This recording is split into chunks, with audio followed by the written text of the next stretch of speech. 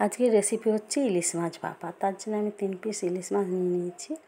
এবার ইলিশ মাছটা আমি খুব সুন্দর করে এটা ম্যারিনেট করবো। তার জন্য আমি নিয়েছি কালো সরষে, সাদা সরষে, একটু আদা, কটা কাঁচা লঙ্কা। এগুলো আমি পেস্ট করে নিয়েছি, শিলে করেছি, কিন্তু শিলে বাটলে ভালো হয়। এরপরে আমি মাছে দিয়ে দিলাম একটু হলুদ, স্বাদ অনুসারে নুন, আর দিলাম শুকনো লঙ্কা গুঁড়ো, সর্ষের তেল দিয়ে এটাকে আমি খুব ভালো করে এবার এপিট ওপিট করে মাখিয়ে নেবো। আর এইভাবে করলে না মাছটা খেতে খুব ভালো হয়। তো মাখিয়ে নিলাম। এরপরে আমি যে সর্ষে, কালো সর্ষে, সাদা সর্ষে, কাঁচা লঙ্কা আর আদাটা আমি পেস্ট করে এতে একটু নুন দিয়েছিলাম, ওইটা আমি ভালো করে এবার মাখিয়ে দেবো এর মধ্যে।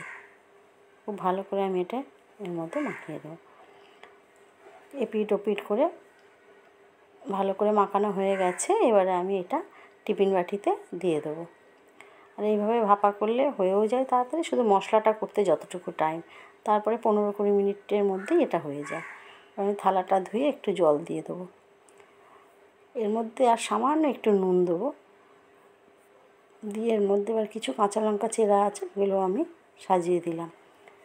সর্ষে, কাঁচা লঙ্কা, আদা সব বাটা পেস্ট করাটা দিয়েছি, আর একটু সর্ষের তেল দিয়ে দিলাম।